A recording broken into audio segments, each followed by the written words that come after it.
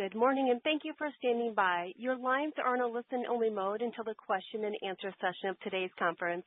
At that time, you may press star followed by the number 1 to ask a question. Please unmute your phones and state your name when prompted. Today's conference is being recorded. If you have any objections, you may disconnect at this time. It is now my pleasure to turn the call over to Whit Kincaid. Good morning, everyone. Thank you for joining us for Mueller Water Products' first quarter conference call. Yesterday afternoon, we issued our press release reporting results of operations for the quarter ended December 31st, 2025. A copy of the press release is available on our website, MuellerWaterProducts.com. I am joined this morning by Marty Zakas, our Chief Executive Officer, Paul McAndrew, our President and Chief Operating Officer, and Melissa Rasmussen, our Chief Financial Officer. Following our prepared remarks, we will address questions related to the information covered on the call. As a reminder, please keep to one question and a follow-up and then return to the queue. This morning's call is being recorded and webcast live on the Internet. We have also posted slides on our website to accompany today's discussion. They also address forward-looking statements and our non-GAAP disclosure requirements. At this time, please refer to Slide 2. This slide identifies non-GAAP financial measures referenced in our press release, on our slides, and on this call. It discloses the reasons why we believe these measures provide useful information to investors. Reconciliations between non-GAAP and GAAP financial measures are included in the supplemental information within our press release and on our website. Slide 3 addresses forward-looking statements made on this call. This slide includes cautionary information identifying important factors that could cause actual results to differ materially from those included in forward-looking statements.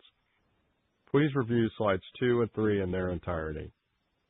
During this call, all references to a specific year or quarter, unless specified otherwise, refer to our fiscal year, which ends the 30th of September. A replay of this morning's call will be available for 30 days at 1-800-814-6745. The archived webcast and corresponding slides will be available for at least 90 days on the Investor Relations section of our website. I'll now turn the call over to Marty. Thanks, Whit. Good morning, everyone.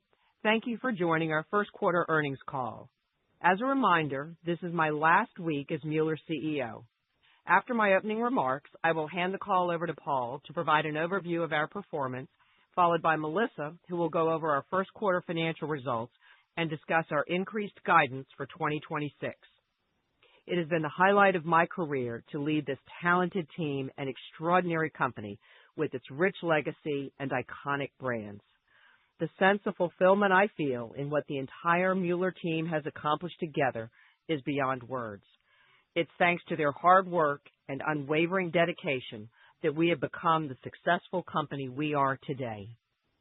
Mueller plays a critical and essential role as a leader in water infrastructure products and solutions every day. I have great confidence that Paul, the leadership team, and all our talented employees will build on our positive momentum. I believe our performance this quarter and over the last few years is just the beginning. I look forward to seeing Paul and the entire Mueller team write the next chapter in Mueller's winning legacy. I'll now turn it over to Paul. Thanks, Marty. Good morning, everyone. Before reviewing our performance, I want to start by recognizing Marty and thank her for her incredible leadership. With nearly 2 decades of dedicated service, she has shaped Mueller into the company we are today. I am grateful that she will continue to guide us as a senior advisor through the end of the year.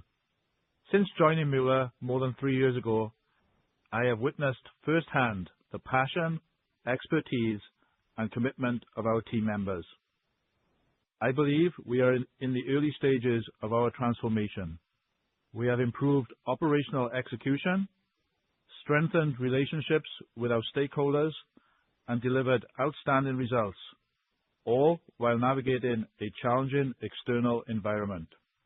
I am pleased with the great start to our fiscal year.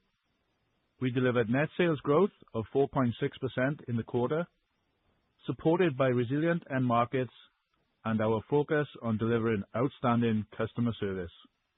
Our operations and supply chain teams executed well as manufacturing efficiencies more than offset the impact from higher tariffs and inflationary pressures, driving year-over-year gross margin expansion. This includes the expected benefits from efficiencies associated with the transition to our new brass foundry. These improvements led to first quarter records for net sales, gross margin, adjusted EBITDA, and adjusted EBITDA margin. During the quarter, we generated $44 million of free cash flow and continued our balanced approach to cash allocation. We invested approximately $17 million in capital expenditures and returned approximately $16 million to shareholders through our quarterly dividend payment and share repurchases. We are raising our fiscal 2026 guidance, reflecting our strong first quarter results and current views for the rest of the year. Our end market expectations are consistent with our prior guidance. We anticipate that healthy municipal repair and replacement activity and strong growth in project-related work using specialty valves will more than offset slower new residential construction activity. Our operations and supply chain teams continue to work with suppliers to manage the ongoing tariffs and inflationary pressures, mainly related to brass. With this in mind, we recently announced price actions across most product lines.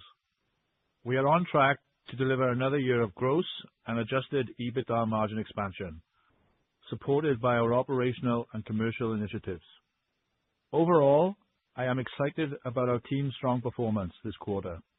We expect that our ongoing investments in our commercial and operational capabilities, together with strategic capital expenditures, will enable us to increase capacity, achieve sustained margin expansion, and deliver long-term value creation. I am grateful for our dedicated employees who serve our stakeholders with relentless drive and passion. With that, I'll turn it over to Melissa, who will take us through the financials.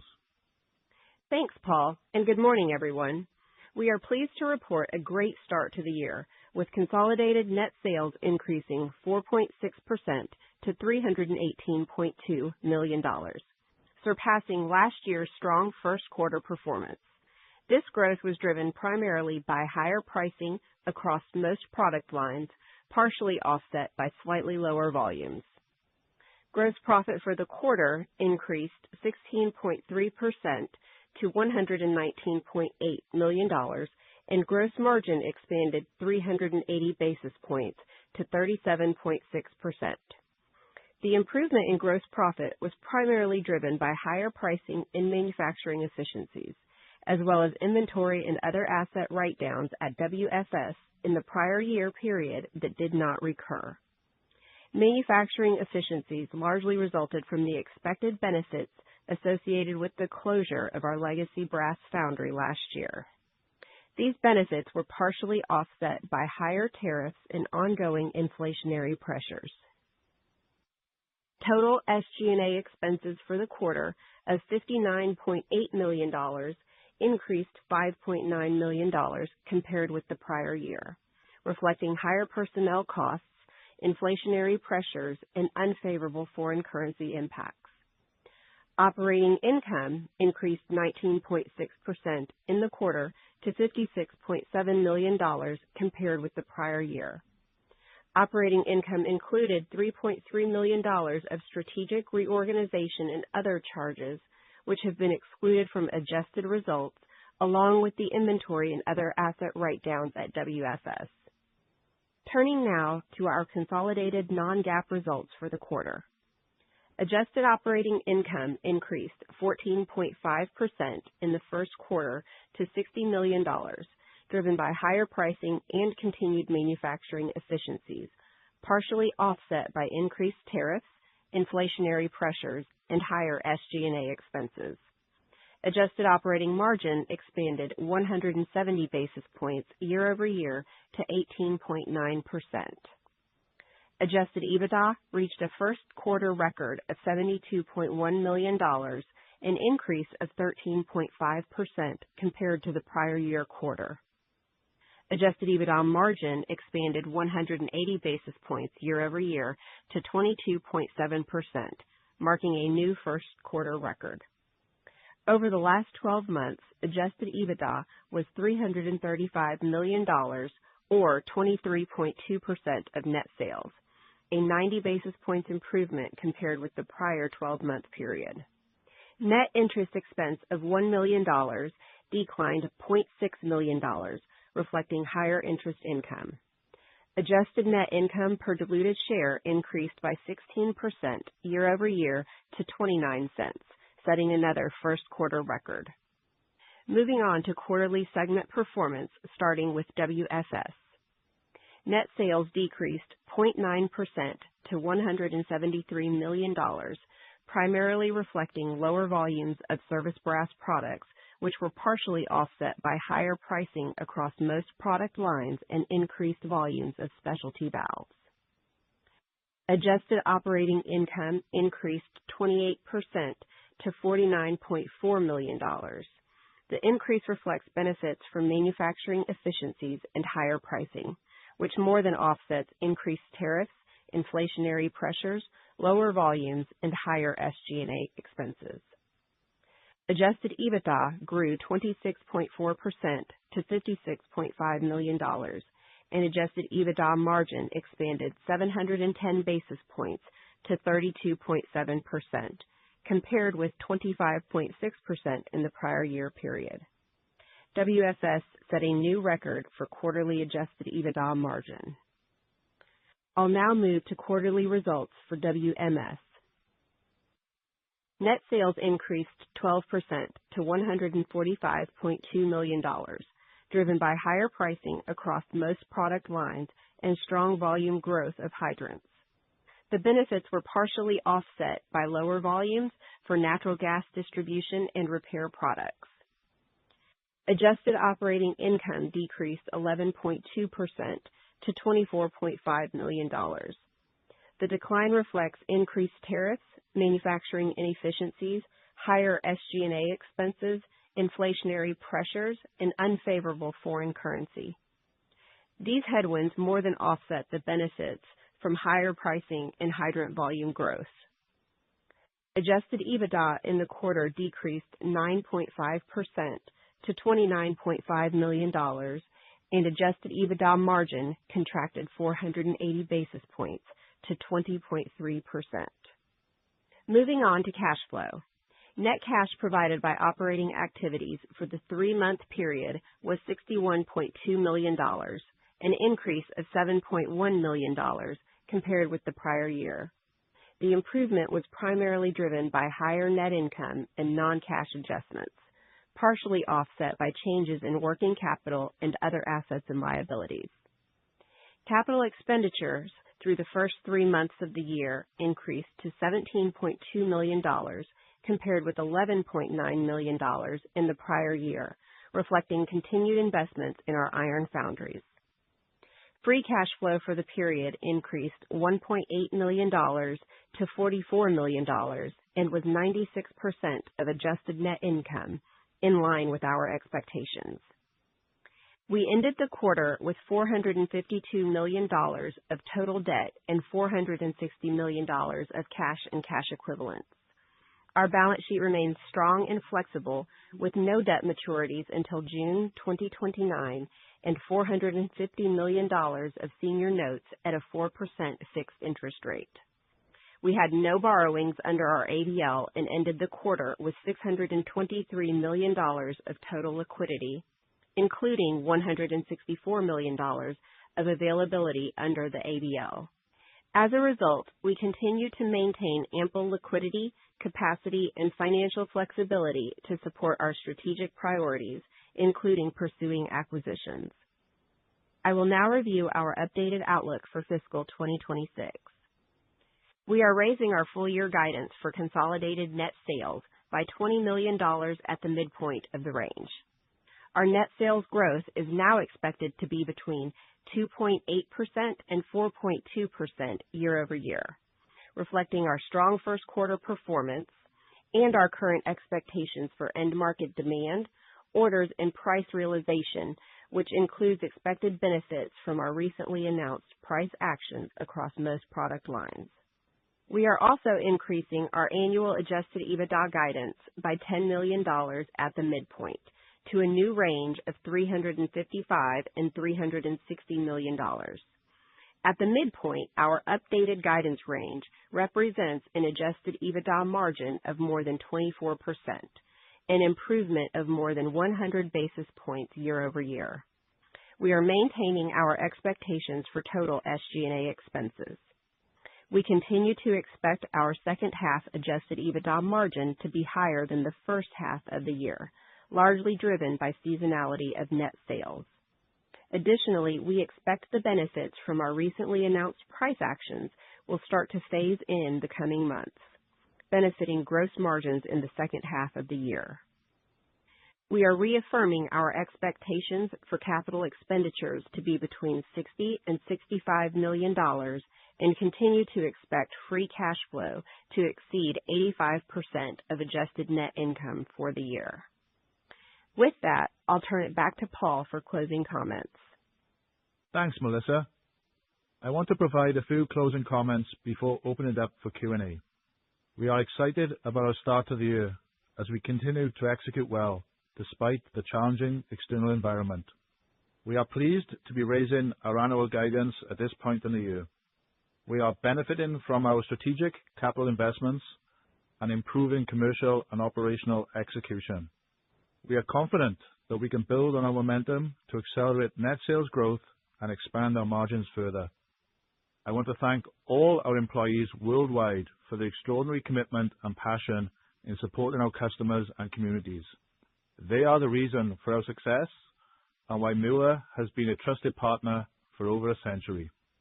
That concludes our comments. Operator, please open the line up for questions. Thank you, sir. At this time, if you would like to ask a question, you may press star 1. To withdraw your question, please press star 2. One moment, please. Brian Lee with Goldman Sachs, your line is open. Hey guys, this is Tyler Bissett on for Brian. Thanks for taking our questions. So you guys took revenue guidance up for the year and you're reflecting the 1Q results and price increases so far. So can you quantify how much you guys have raised prices so far this year and how that compares to prior years? Should we think about this revised guidance as almost entirely due to the higher prices, or are you seeing improved demand across any key areas of your business? Yeah, good morning.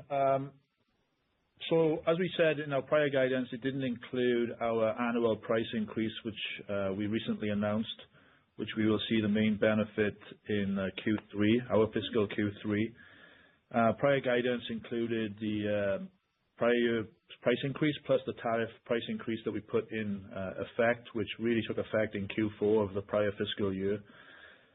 So in your question, yes, the majority of the increased growth in our guidance is predominantly price related. All right, thank you. And then I guess just like in relation to that, on water flow, you guys saw a nice pickup in margins, and you called out manufacturing efficiencies and favorable pricing. So can you break down the impacts from those two items and how you expect margins to trend for the balance of the year? Sure. With water flow, I want to remind you that we had mentioned last year that we would expect to see a benefit as we close the legacy brass foundry. We saw a benefit in the second half of last year, and we expect to see a benefit from that in the first half of this year. So we benefited from the closure of the iron foundry in first quarter, and that was the largest impact. And like I said, you'll see that again through second quarter. We had some impact related to tariffs, and we'll continue to expect to see that as well. The tariffs will start to lap in the second half of the year as they started to really impact us as a whole in third quarter of last year. All right, thank you very much. Thank you. Thank you. Our next caller is Deane Dray with RBC Capital Markets. Your line is open, sir. Thank you. Good morning, everyone. Morning, Dean. Hey, can I start with, once again, congratulating Marty. I wish you all the best, and truly you're leaving the company in really good hands. It isn't often that you see smooth leadership transitions. It's nice when it happens, and I just wanted to call that out, and again, wish you all the best. Great. Well, look, thank you, Dean. And I think just echoing what you said, I think everything was structured to ensure that it was a very smooth CEO transition. And I think things are going very, very well, and look forward to Paul and the leadership team taking this company forward. Terrific. And then just for Melissa, can you size for us the inflation pressures?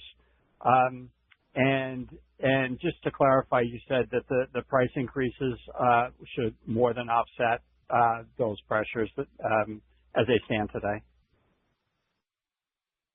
Yes. As the price increases, we do expect to be price cost positive for the full year. For inflation, we typically see a low single-digit range of inflation. However, since the tariffs went into effect last year, that's more than doubled.